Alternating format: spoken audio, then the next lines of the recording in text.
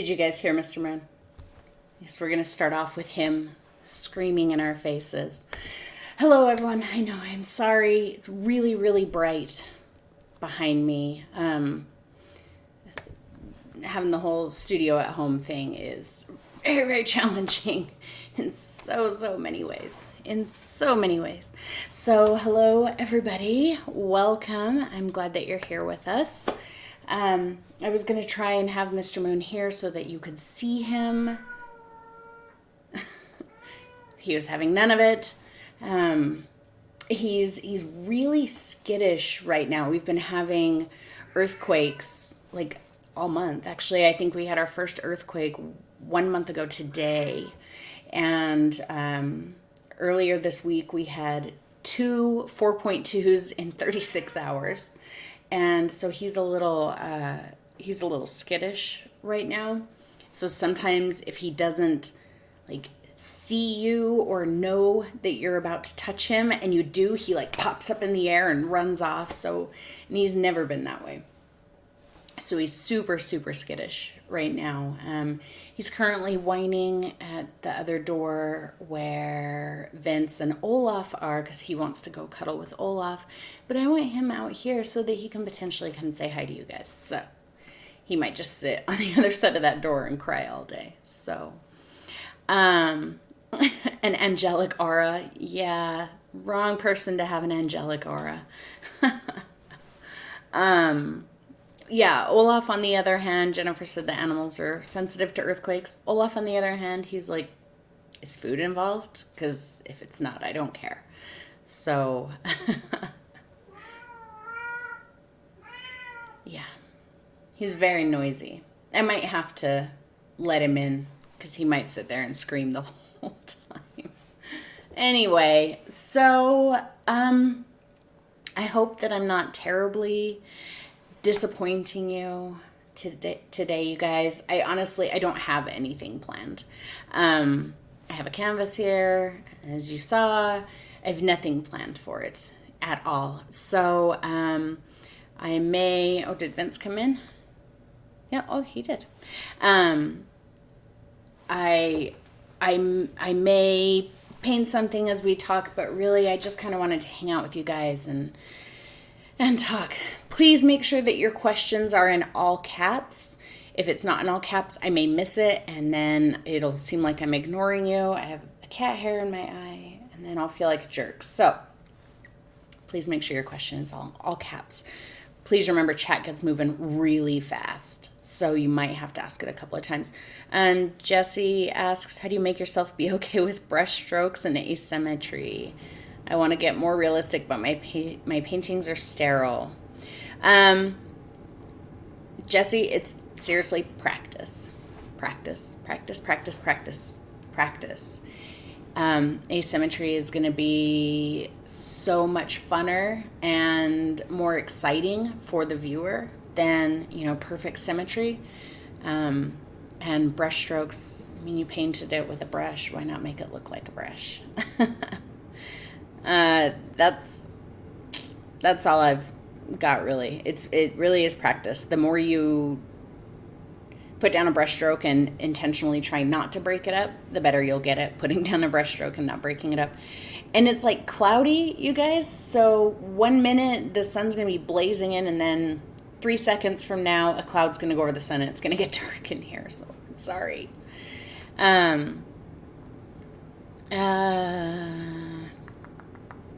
Oh yeah, Amy had a question about style. So,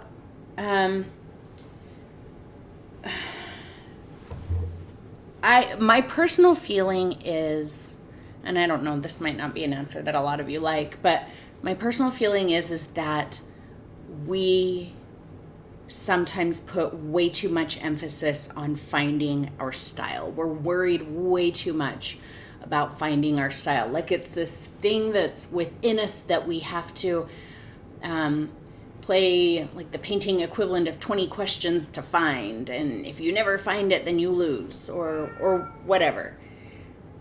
Your style is made up of a million, billion, trillion things. Everything from the way you hold your brush to, hey, come here. to what kind of things you typically paint, how much paint you put on your brush, how you interpret colors. I mean, every single aspect goes into your style. It's not about saying, I'm going to be an impressionist painter, and then you do that, and now that's your style. And it's something that it may show up immediately. It may take years and years and years to come. Me personally, I only feel like I have started to really develop my specific style. Like, I notice it. I can see it in my paintings. You know, these things that are the same from painting to painting to painting, and that is part of my style. But I think that's really just developed in the last year or so. So I don't mean to make that sound disappointing. It's your style comes out of your experience and you continuing to paint. So that's that. Recommendations about easels. I get asked so much about easels, guys. I can't recommend an easel to you simply because A, there's 40 million types of easels out there. I've used like 2 of them. And B, it's going to depend on your needs. You know, my best advice for easels is decide what you need. Do you need storage? Do you need something sturdy because you bang around on a canvas? Do you need something that gets really big or something that holds something really small? Do you like to stand? Do you like to sit? Do you need to move it from place to place? Write a list of everything that you need, you know, what it is that you need to be able to do, and then look at easels from there that do that. If you need something super sturdy, for example, an aluminum easel like what I have here is not going to cut it. If you need something that you can move from place to place, a huge H-frame is not going to cut it. So that's my advice on easels. Just list out your needs and then find something that fits those needs. My gosh, I'm so behind, and the chat like jumps when it's when it's really moving. I try to scroll and it just jumps. Nope, can't order my brushes right now. I cannot get to them to ship them.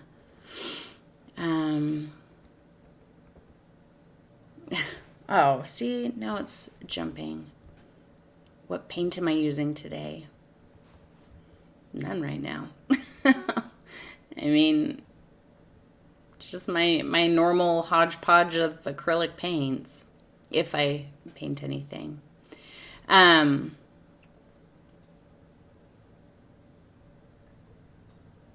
my paint does not cover much of my canvas, is it my paint or my canvas? That's a really tough question because I would have to see exactly what you mean. You know, if it's really transparent, it's your paint. If it's leaving white speckles, it could be your brush. It could be the amount of water you're using. It could be the canvas. Questions like that are super hard to answer just in general terms. I do have a video that I did last summer, I think, about paint management. If you watch that, it will show you all of the different things that I tend to see, you know, with why paint doesn't cover a canvas, and then I show you how to fix it. So hopefully that will help with that.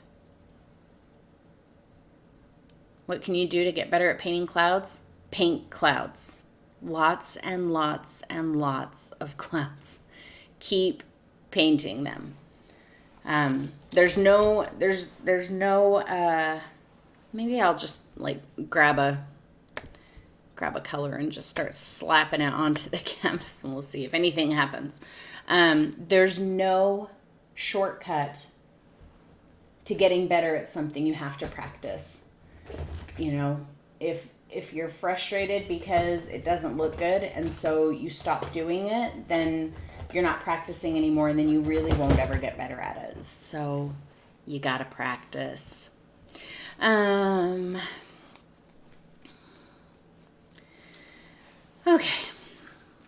Oh, yeah. So I have a 12 by 12 here because that's what I have. at home. Actually, I have an oval canvas, but whenever I use an oval canvas, people don't watch the videos because they don't have an oval canvas, so I'm not using my oval canvas today. I'm going to go paint one of my turquoise paintings on one of those oval canvases. I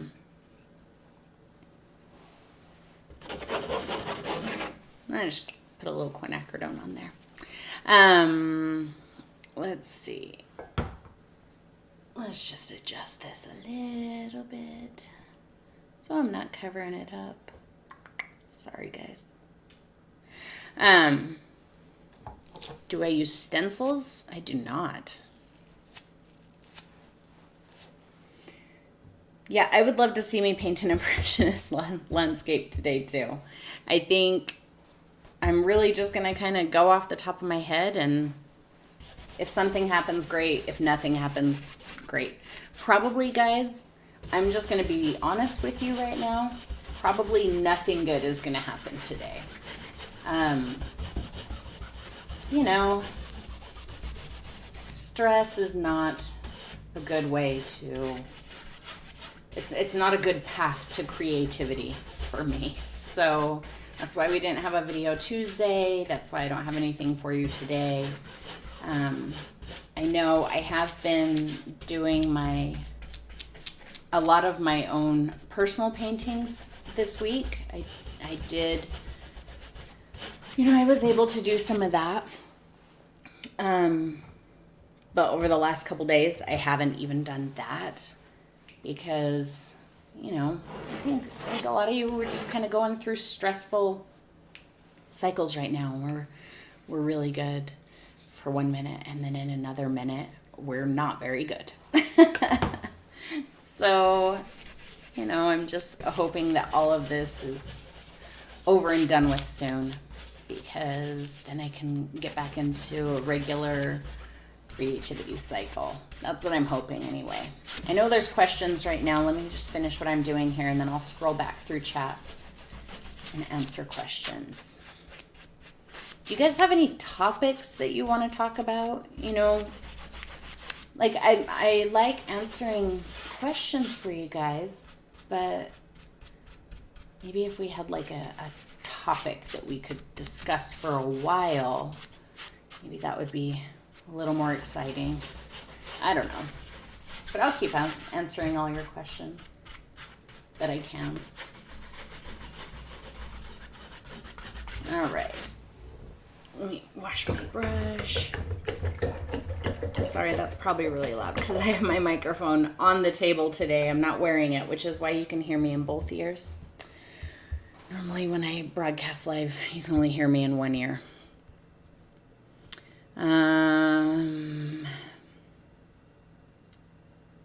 If you don't have a cloud brush, use whatever brush you have. Seriously, whatever brush you have. Any brush. What's the secret to using a mop brush? I have no idea. I've never used one.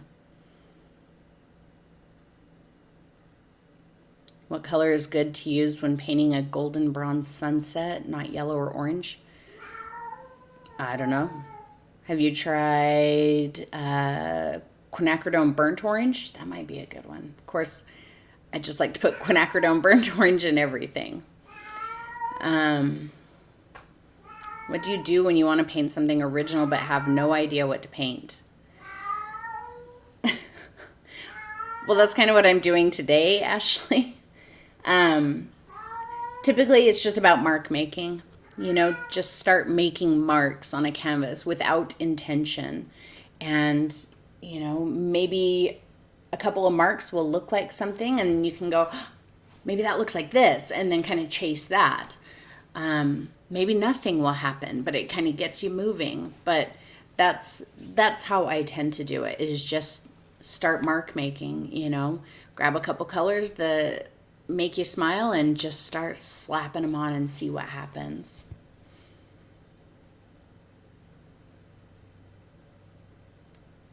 You like it when I don't have a plan? I'm glad you do, Vanessa, because it stresses me out to no end. See, this dumb thing, it keeps jumping. Now I don't even know where I was. Dang it.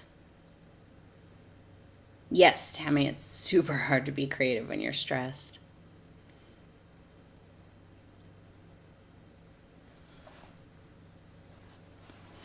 Um,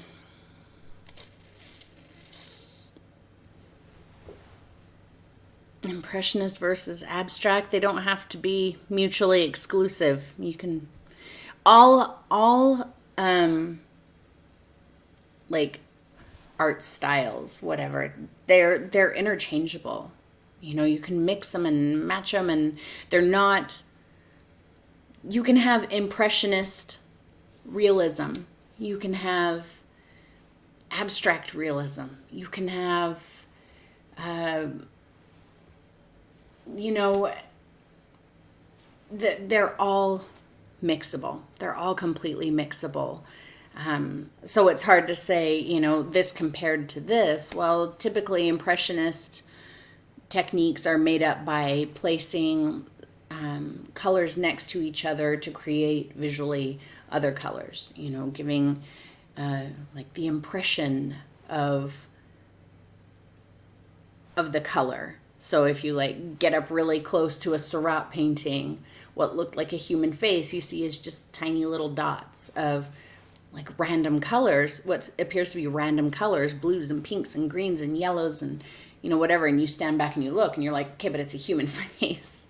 So, and you can use those techniques in abstract. You can, you know, abstract a painting, and yeah, it's hard to compare them, say this versus this, when they're not mutually exclusive. Ugh, creative blocks. Ashley, I would love to just rant and preach at you guys about creative blocks so much right now.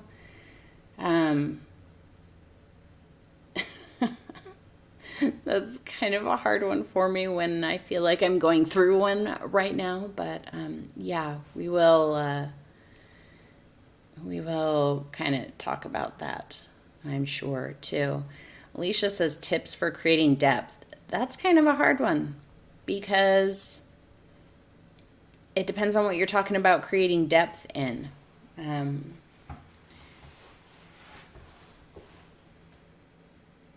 Yeah, that's a really broad subject. So, you know, in a landscape, you're going to create depth by muting colors, making them lighter and bluer and grayer. Where in a, you know, if it's a painting of a room, it might be the opposite. The things in the distant part of the room might be darker.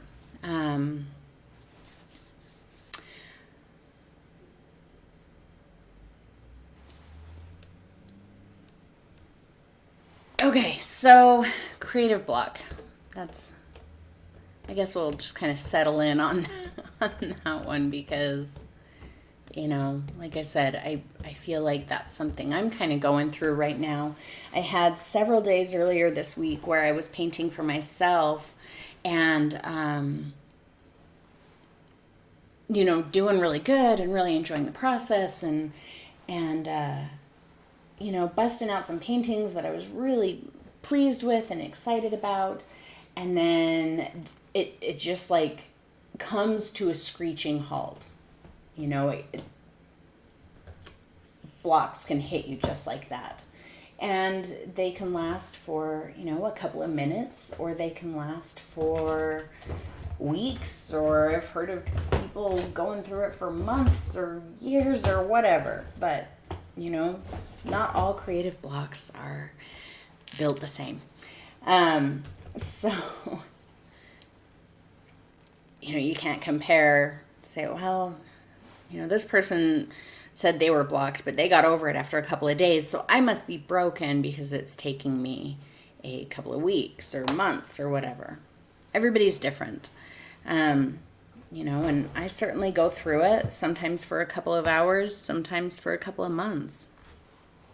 But I feel like my block kind of came crashing down on me yesterday. First thing in the morning, I busted out a painting that was just, I loved it. It was great. I was really super happy with it. And that's it. I kept trying and trying and trying and trying and trying. And I have not painted anything worth even talking about since then. So, they happen. And the most important thing I've found is to be gentle with yourself when they happen. It's going to happen. And, if you freak out when it does happen, then you stress yourself out and it gets worse. Sorry, I'm kind of like pinned into this little space. I've got my camera over here, which you can see, so I can't move very much in that direction at all, or I'll kick the camera. I've got a table right up against me over here, an easel right up against my feet here, so I'm like in this teeny little corner. So I'm going to do kind of what I said right now. I'm just going to start making marks because honestly, that's what helps me find something. And again, maybe nothing comes out of it, and that's okay. That's what gesso's for, friends. Gesso over it and move on. But don't freak out. Don't get upset, okay? So to do my little mark-making sketchy bits to, figure out what it is I am or I'm not going to do, I'm going to use my 1/2-inch flat. This is my old 1/2-inch flat. He's all scrubby and fuzzy and about 1/4 of an inch shorter than a new one. And I'm just getting some Payne's Gray on my brush. I have no idea what I'm doing. I have literally no clues, no ideas. I'm not hiding anything from you guys. I'm going to get a little matte medium. I like to use a little matte medium when I'm sketching because it keeps the paint nice and thin, and that way it's easier to cover up later if I decide I want to. Okay, so I'm holding away at the end because if I don't know what I'm doing, how am I going to sketch like this? I'm going to come in here and that's not going to do anything for me. So I'm going to hold like this. And I need new paints with new colors. I did order me some paint recently. Should be here Tuesday. I don't even remember what colors I ordered. Okay, let's think of something here. Just some random marks to get me started. I like to do an underpainting because it breaks the canvas, right? That white canvas is really intimidating. And so if you're just sitting here staring at a white canvas, you might never do anything because white canvases are scary. So break it, make it some other color. And see how thin this paint is? That's so easy to cover up. I can easily cover all of this up because it's not thick at all. Another thing I like to do, and you'll probably see me doing this a lot, is I'll paint while I'm looking at my screen. I like to do that because it forces me to see the entirety of my canvas rather than, me focusing on one tiny little detail. So I do like to look away. If matte medium's making your paint sticky, you're overworking it. You're working it while the medium is drying. Because matte medium is not sticky. But when it starts to dry, just like paint, when paint starts to dry, it gets a little sticky. So you're just overworking it. I have no idea what's happening here.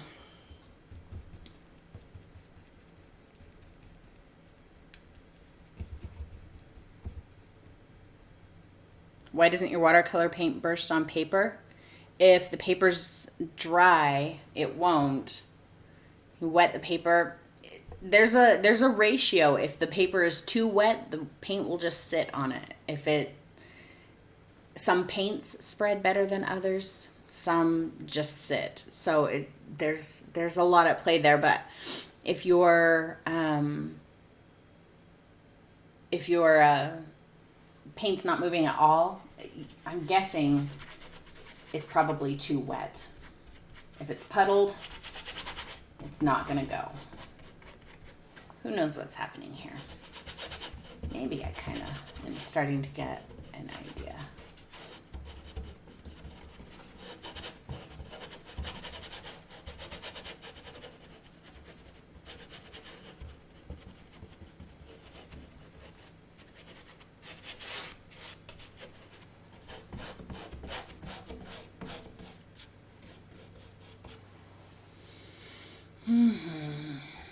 see, still just messing with the Payne's Gray.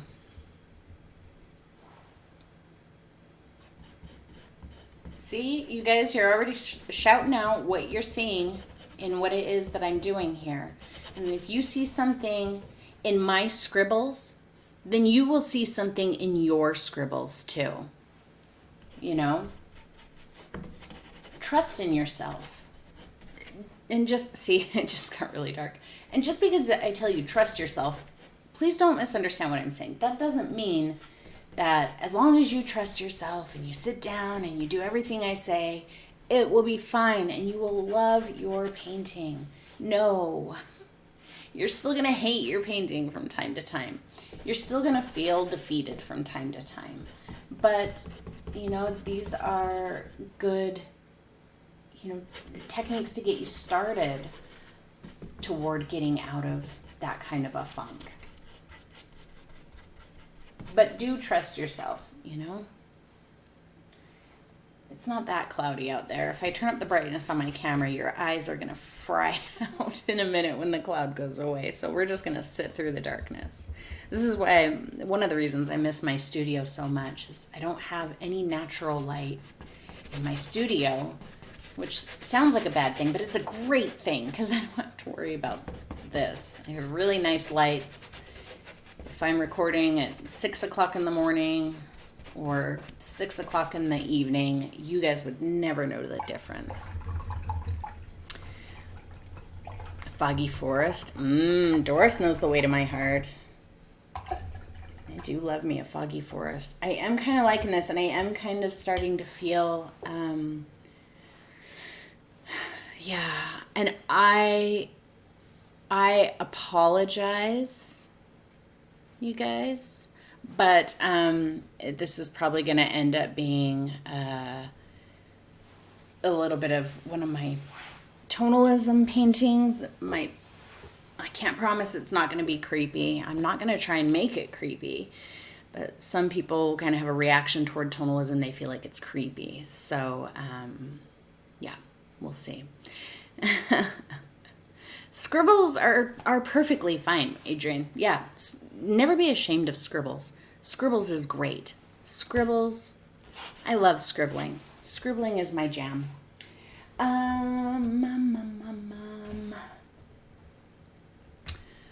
Yeah, this helps you kick it. I hope so. I'm trying to decide. You've never heard of a rant until you met me, Blaze, and you've heard lots of rants now, haven't you? Well, thanks, Vince. Never creepy. You never think my paintings are creepy? Thanks, Dan. I never think my paintings are creepy either, but everybody's got different ideas on what creepy is. Rock on with the tonal is creepy. Creep it real. You guys know I love creepy. I'm not going to intentionally do creepy though. You know what I am going to do? Because this is what I really like to do. I don't know if I know my Patreon people know this. When I'm painting for myself, I do not use, there's 3 colors that I do not use when I'm painting for myself. The first one is black. I do not use black. The second color that I don't use anymore, it would depend on the color scheme I'm using, but I haven't used it in a very long time, is Payne's Gray. No black, no Payne's Gray.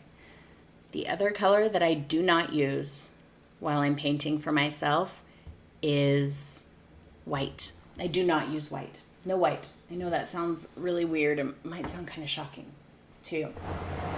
Now, some of the colors that I use have white in them, but I don't use titanium white. So let me show you some of the colors that I use instead if I need something to appear white.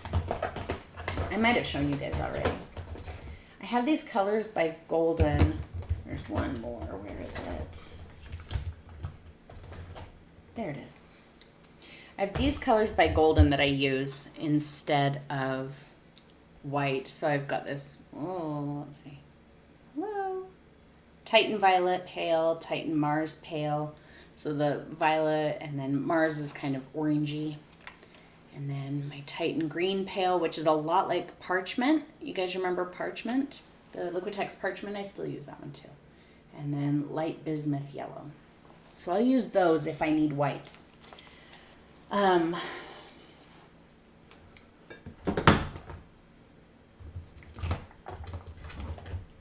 What color of a sky do we want?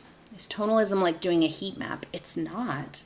What is tonalism? So tonalism is a style of painting that came about in the late 1800s, about 1880, 1890, something like that. Yes, you guys should Google it. It's really hard to explain. It's characterized by the use of light, the way that light is used in the painting. So they can be very dark, which would be called a nocturne, which means, a nocturnal painting. Or they can be very, very bright, with a lot of white. And I don't do any of those because I don't use a lot of white, but I do have a couple of mine here, and I will show you, just to show you an idea of what tonalism is. Please be aware, I have been on a turquoise kick lately, meaning I have been using just way too much turquoise. Whoops, I went bye-bye. Just way too much turquoise. So here, let's see, I'll find a good one to show you. So this is actually a tonalism painting that I copied from a tonalism master from the late 1800s, early 1900s. So that's tonalism. The sky just kind of glows and everything else is just really muted out and dark. So it just looks like a clear night sky to me. So this is one of my favorite artists. His name is Charles Warren Eaton. So you should look up Charles Warren Eaton because his paintings are fabulous. Now let's see if I can put these down without breaking them. Nope. There they go. Okay. All right. And I asked you guys for colors and then I didn't even look. Pink can't turn creepy. Oh, yes, it can. It absolutely can. All right. So let's jump back over here. I kind of feel like I want to see.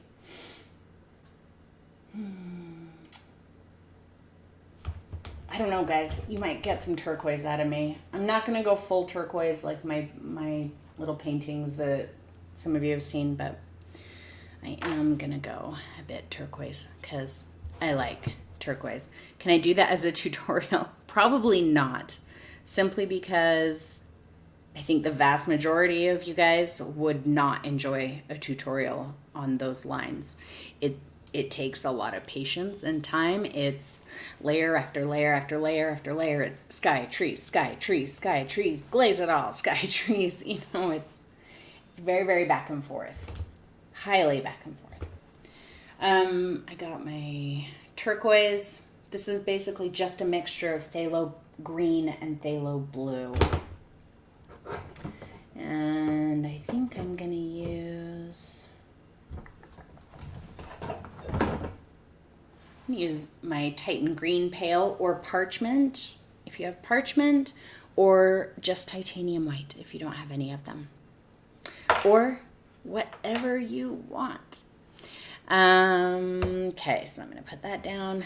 So see, it's just kind of off-white, a little bit greenish, this Titan green.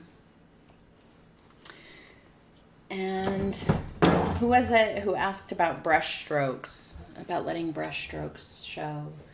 I'm going to let my brush strokes show here. A little turquoise, a little green. Pull that kind of light.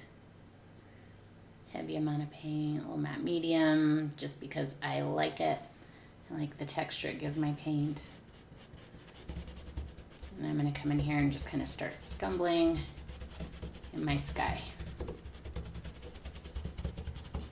Where I feel like I left a mark for an element, I'm going to scrub around it. This is similar to my tonalism techniques that I use, but I'm not going to go as crazy on it because I would make the vast majority of you crazy. You would hate me. So I'm just going to give you a taste of it.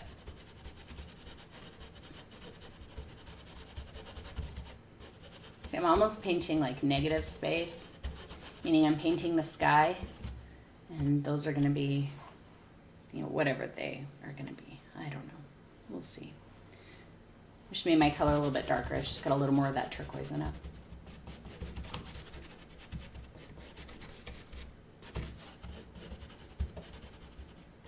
See, I'm scrubbing.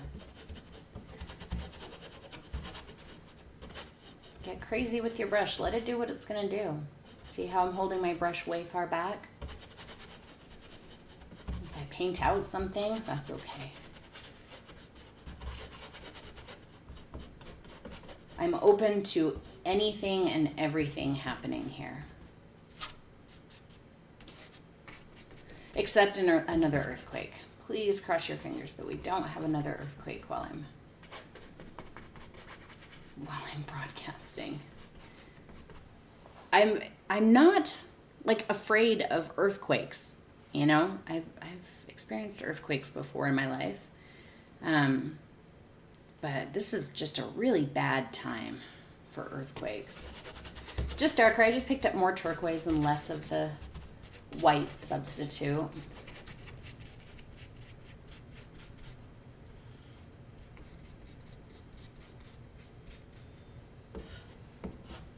Just plop down some of that color and then scumble it out.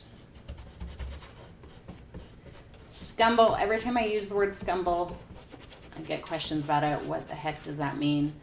It's basically a fancy art word for scrub. Scumbling, scrubbing. I guess somebody decided that the scrubbing was not a fancy enough word for art, so they made up the word scumble. So you can use either. There, yay, we have a sky. How about that? Yeah, and I left the quinacridone coming through. This is part of that whole brush stroke thing. And then also the person who asked about paint covering the canvas. You know, painting has very specific things about it. Sometimes the paint doesn't cover the canvas.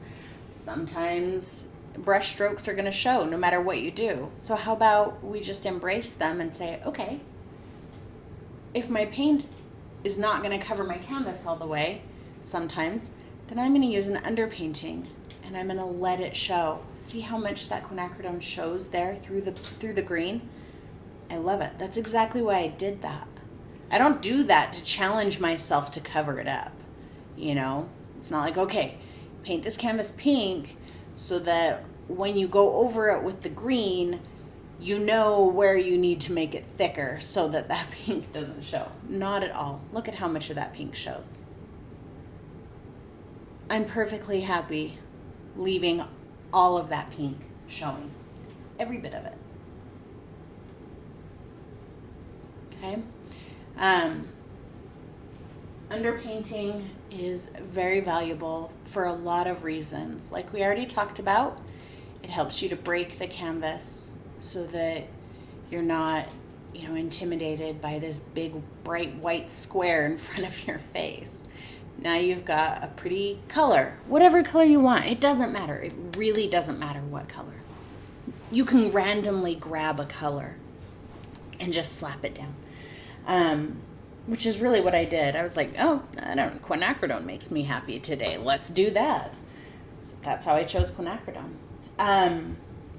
Just slap that color on.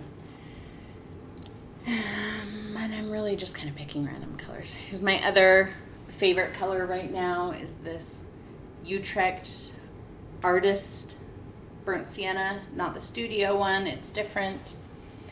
I like this color because it's very transparent. It's very glowy. It's gorgeous, gorgeous, gorgeous.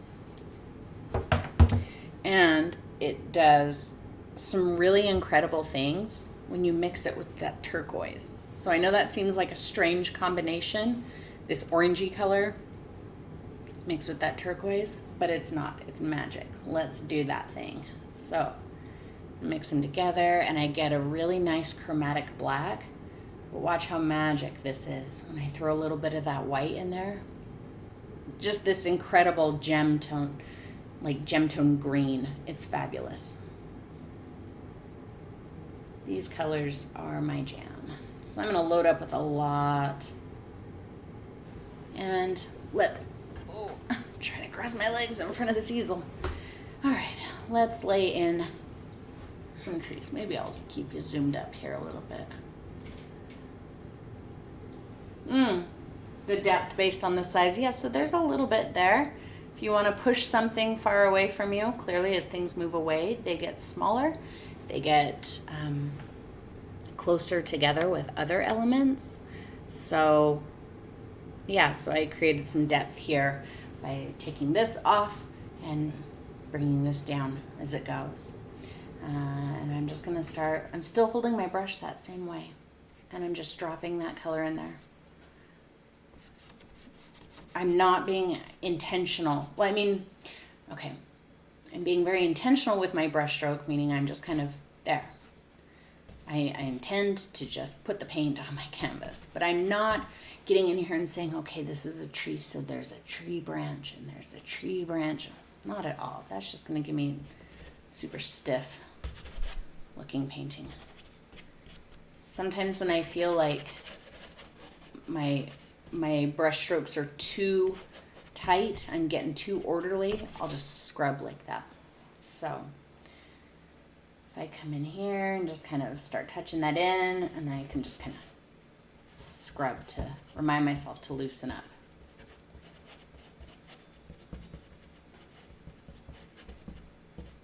And if you can tell, I didn't even cover all of the magenta there. There's still a lot of that magenta.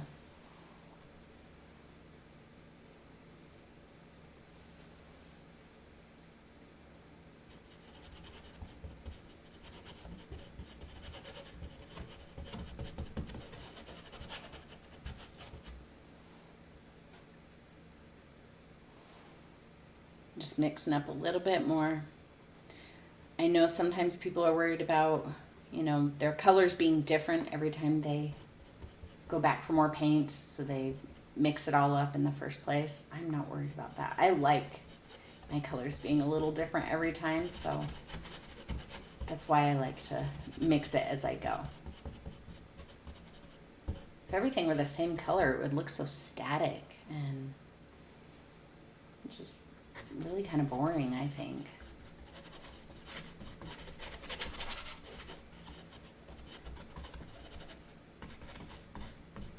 And take that one up high enough. Let's make that one a little taller. And this closest one on the side here.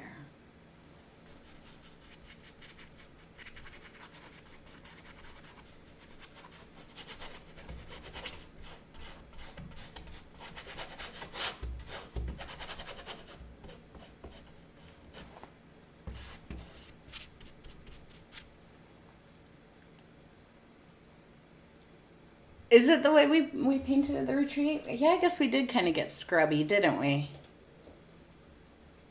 Man, that was a long time ago, wasn't it? Like 3 years ago. Okay, let's see. I don't know what I want to do with this area. Just kind of get some of the paint off of my brush on there. Break up that hard line. Hard lines are hard to cover. Avoid hard lines as much as you can. Yep, these are always available to watch later. Always, always, always. Let's go back.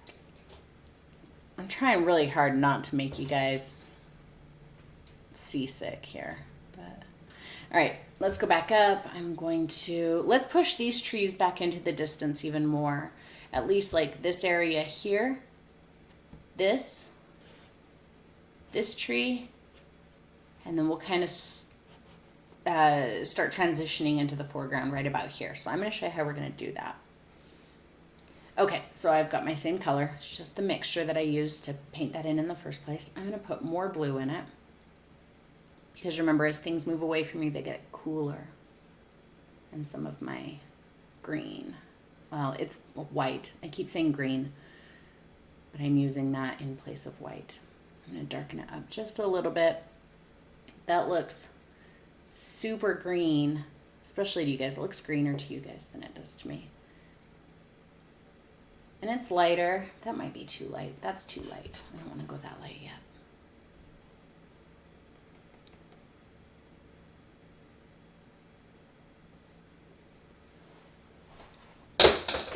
Paintbrush down. And on my beautiful floor, not really. It's just old fake wood floor. And paint will wash right off of it. I'm not worried about it. Okay, I'm going to come in here and just start touching in some of that highlight color.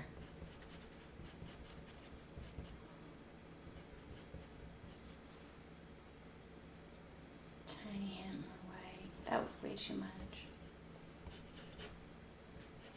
A little bit in here.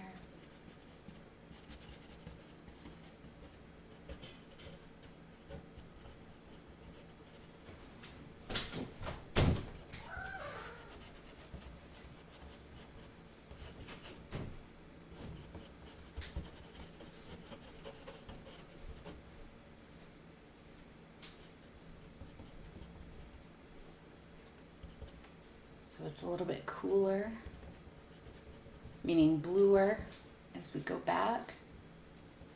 A little bit lighter too. And then as we come forward, it's going to get a little darker and a little bit warmer.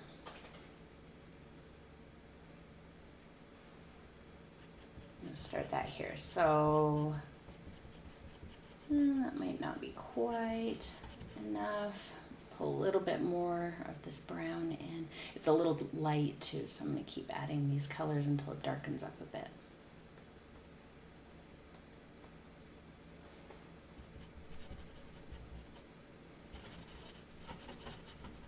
There we go. It's a little bit better.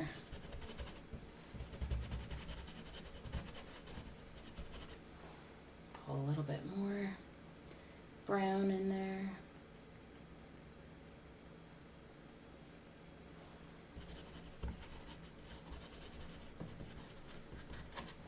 Maybe even a little bit more brown. Let's really start warming this up.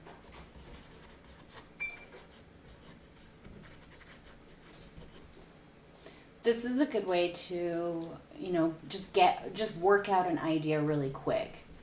If you have your basic idea of what you want, there's no reason that you have to spend all your time making it, you're fine. You don't have to try and be silent. Oh, thanks. Vince is trying to be very, very quiet, so we don't even know he's here. But he doesn't have to do that. Anyway, you can just paint super fast like this to work out ideas. I think one thing that I think we also, me included, but I think a lot more often people who are newer to painting tend to do this. And it causes you frustration, and it makes me sad for you. We're concerned that every time we pick up the brush, we have to have a masterpiece. We have to have something worth showing off. We have to have something that looks good. Why? When you feel that way, when you feel that you have to do something spectacular, or at least even just, good, whatever good means, then you put pressure on yourself, and then you don't have a good time. And you miss out. I washed off my brush so I could get all that white off, and I'm going to mix up my darkest color possible. You miss out on the opportunity to learn and grow and experiment and, Enjoy mistakes. Challenge yourself to do horrible things. Challenge yourself to paint really ugly things. Because that's where you're going to start learning, you know? I had a challenge with my Patreon group a while back. It was a challenge to find the ugliest color mixture that you possibly could. To sit down and mix all of your colors and just make the ugliest. Just mix up the ugliest color that you possibly could. And I mean, well, there's always certainly colors that we like more than others. There's no ugly colors. But you don't learn something like that unless you challenge yourself to sit down and do something terrible. Like mix the ugliest colors possible. There, so see, we've got a little bit more depth then with our lighter, bluer color in the distance and our darker, warmer color up close. Yeah, I think I saw somebody mention that this does look like a painting I did a while back, and it does. And that's because I paint like this a lot. There's a reason that looks familiar. Because this is me. This is what I do. These kind of remind me of like cypress trees, like the trees that you would see in Van Gogh paintings. I love those trees. Okay. Let me see what's going on in chat. Yeah, exactly. AKA Donut says, I try to make masterpieces and I do make good paintings and I'm proud of them, but there's zero fun in it. Exactly. I said this a couple weeks ago, but man, there's so many things to be unhappy about in the world right now, you guys. There's so many things that stress us out and just make us miserable. Why do we have to sit down and, you know, punish ourselves to experience more of that? You know, there's no need for that. Don't do that to yourself. You know, at this point, if you are like, okay, but now I don't like the color of my sky, or I want to change it, or whatever, you can paint your sky again, you know? And that's what I was saying in my tonal ism paintings, where I'm like, tree, sky, tree, sky, tree, sky, tree, sky. Glaze it all, do it again, you know?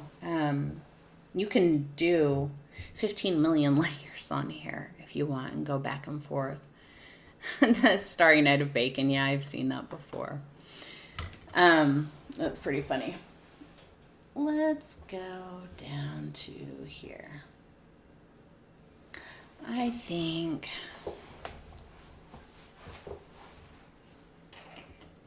looking at the colors that I have here, got my quinacridone, my burnt sienna.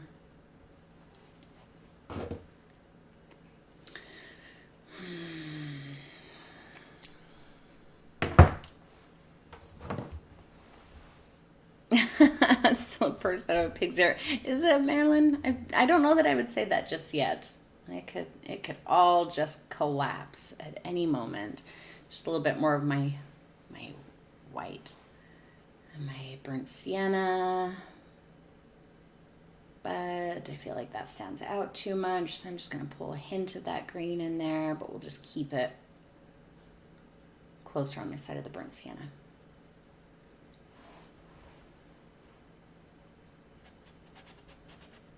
Yeah, guys, paths. That's what I always end up on. Sorry. If anybody hates paths, now's your time to go. I don't know what it is with paths. I paint a lot of paths. I do it in videos for you. I do it when I'm painting on my own. I guess I just like painting paths. But because this sienna is so transparent, that quinacridone is like screaming through it, and I like that.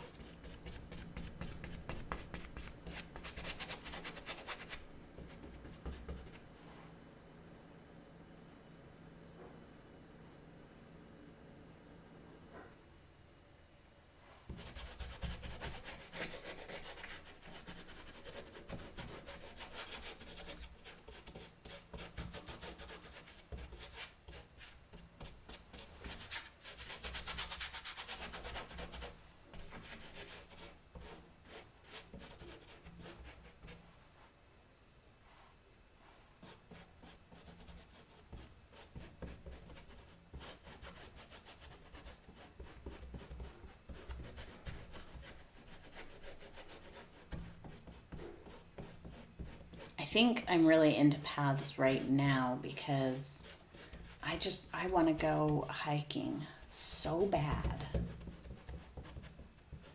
But I don't dare. I know every time I drive past hiking trails in my area, they're jam-packed. There's so many people on them. And I just don't want to deal with that right now. And it's been cold. It's finally starting to warm up, but it's been cold.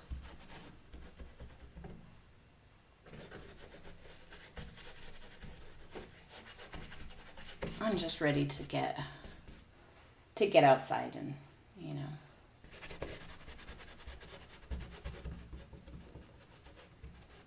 do something besides sit in my house and eat and be sad. I think that's all what we're doing right now, right? Eating and being sad.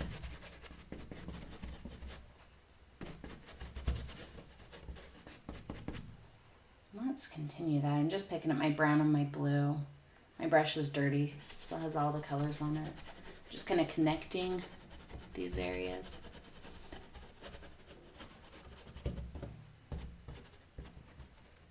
Let's bring that up over top of the trail. Kind of lose the trail back there.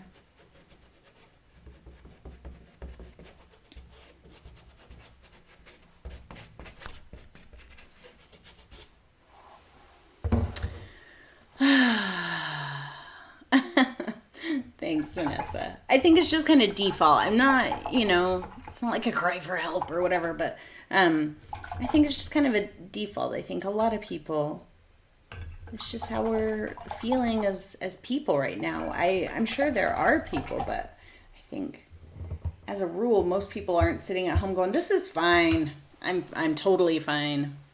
This will all be over soon. I think we all have moments of that, but as a rule, I don't think that most of us feel like that. So, and I'm the same as you guys. I feel all those feels too. So, let's just look at it at a distance. See what's going on. Not too bad. See, look, it's not even creepy, you guys. Are you proud of me? Let's just do a little bit more to the path. It's just kind of boring right now. I'm loving the quinacridone that's peeking out of it, though. It's really giving the path some light that it didn't have, that it wouldn't have otherwise. Just very lightly scumbling some of this color on. I'm looking for those brush strokes. Those brush strokes are going to help me with texture. I don't want my path to be this perfect blend here. It's going to look like some weird beach sand fake thing if it's just all blendy.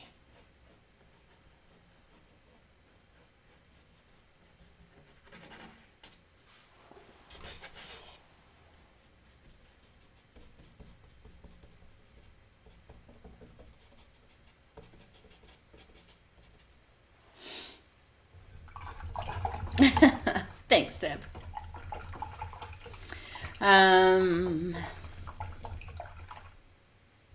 Looks like Georgia and Mississippi. Looks like, well, except for the green, the road looks like southern Utah too. Very, very dry and lots of red rock there. And so because of the red rock, we got lots of red sand. I'm going to get a little bit of this blue also in my red here, just to cool off this color in the back a bit. Push it in the distance a little, let it disappear back there. A chicken. We did the chickens last week. Man, some people really were not pleased with the chickens. Whatever. I had fun with it. I don't care. Let's see.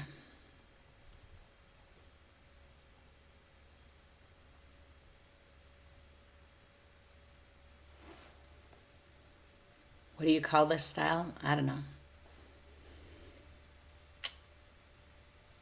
kind of tonalism, kind of not, kind of impressionist, kind of expressionist, kind of abstracty. I don't know. A fence? I don't know where I would put a fence that would accentuate the composition right now. Because if I put a fence over here on this side, it's just going to follow the trees and it's not really going to bring anything.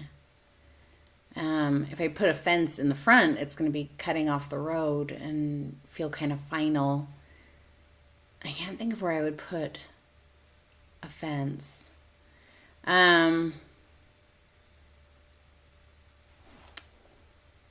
Let's see. I loved the chickens too. They were fun. That was one of my favorite days. A bobcat? I don't know how to paint a bobcat. A moon? Do we want a moon? It kind of feels like I don't know. It feels a little more daylight to me.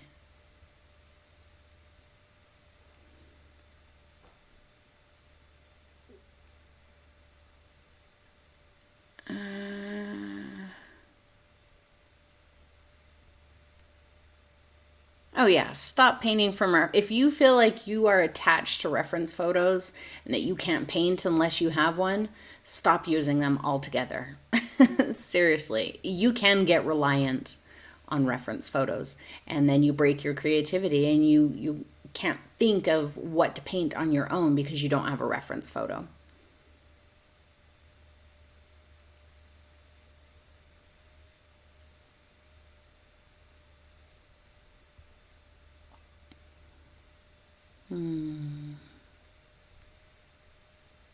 Pat says it's done. I don't do animals real well, guys. So I like the idea of all these animals, but I have no idea what they look like. I don't do animals. So I'd be like a deer. It would look like a tube with like some sticks holding it up. I don't know.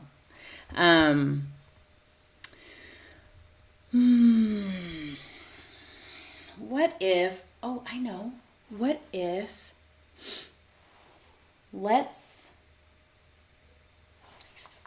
hang on, I need to think about this for a second. I could ruin it by doing this. But, you know, whatever. Maybe we should do it anyway. I was going to use my palette knife, but it has gel all over it. So I don't know if I can get it cleaned off in time. And a lot of people are saying a house and stuff. I don't really know where I would put a house, again, that would accentuate the composition. You have to think about the composition, you know, when doing things like that, because you can take a good painting and completely turn it into garbage if you don't consider your composition. So I like the idea of a house and stuff, but I don't know where I would put it. Like in the distance here, I don't feel like a house would be any bigger than like that. I think it would be a tiny little thing because I want these to continue to be large trees. If I make a house like that, that's going to really make my path smaller. It's going to make these trees way smaller. It's going to pull everything closer. So to continue with this perspective, a house would have to be very, very small. But, I mean, I could put a house here, but then our path kind of goes vroom, bye. It's like, hey, house, see ya. And I feel like that could work, but it could feel awkward too. That could feel awkward if we just had like a little house kind of like peeking out right here. If I were going to put a house here, I wouldn't make it any bigger than about this, which would agree if I put a house out here with making it about that. But I want to continue to keep this as the focal area. But maybe let's try one thing. And if it's bad, we can get rid of it. How about that? Let's do it. Quinacridone. Nope, no quinacridone. What color do I want? I gotta think of colors, hang on. What would complement well here, but not be too aggressive? I'm almost feeling like white. Let's go down here. I said down, camera.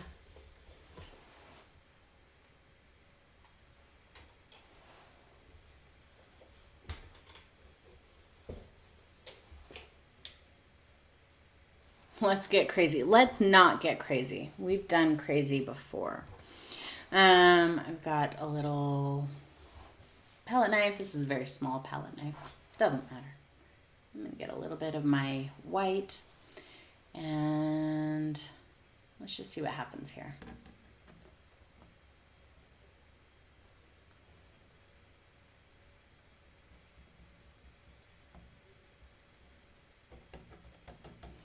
I think this is going to be not what I want.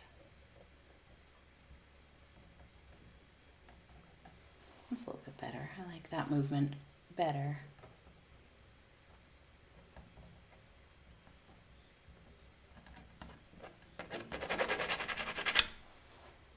Let's get a little bit more of our mixture. No, sorry.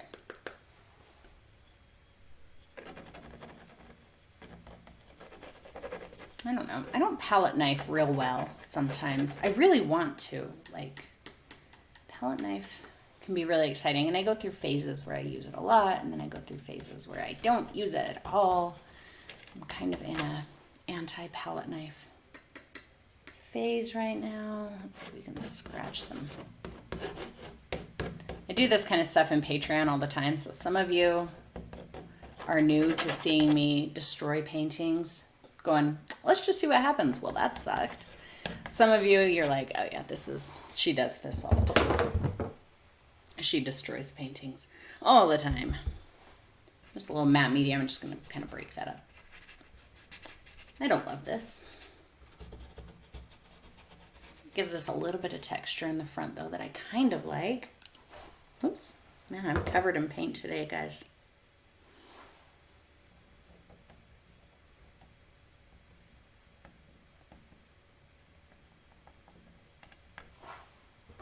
Some little roadside flowers.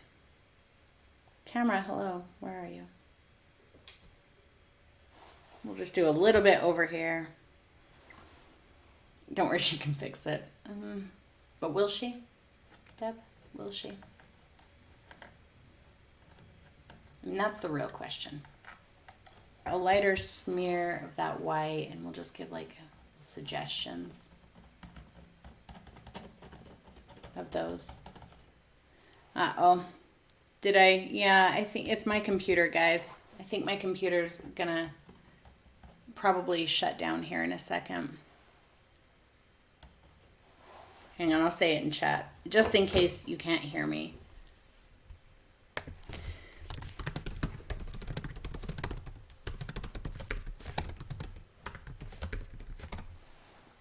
Okay, I said it in chat, just in case you can not hear me. We're going to keep going until my computer does decide it's going to shut down. That's not too bad. I don't hate these little... I was really worried that I would hate them, but I don't hate them. We'll just get a hint of that ground color on, and then I think I'll be done with the painting before my computer decides that I'm done. And it's just my brush, just to smear out some of it.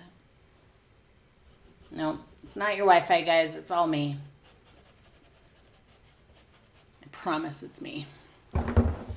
I keep seeing error messages pop up on my screen, so it's 100% me. It's not terrible. It's not my favorite composition ever, but it's not too bad. What do you guys think? You like it?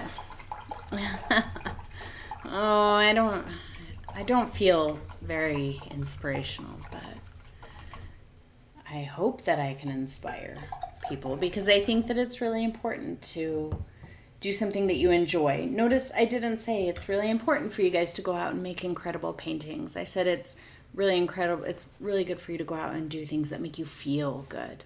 That's what's important. So that's what I want for you guys to do. So that's what I have for you today, I guess. I had no idea what was going to happen, so I'm glad something at least happened. But I did enjoy hanging out with you guys today. That was really nice. It was really needed. It almost didn't happen, but I'm glad that it did.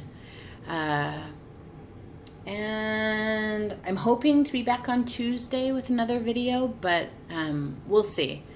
Yeah, we'll see. We'll see what happens. I will try. I will try my best. So, in the meantime, I think I'm going to let you go before my computer decides to shut down on me. And know that I love you guys so much, and I hope to see you again very, very soon. And yeah, make sure you follow me on Facebook and Instagram, Painting with Jane. You can share your most recent paintings on I would share it on my most recent post on Facebook. That's the best way to get me to see it. Or tag me on Instagram. And then hopefully I will see it. So I love you guys so much, and I will see you next time. Bye.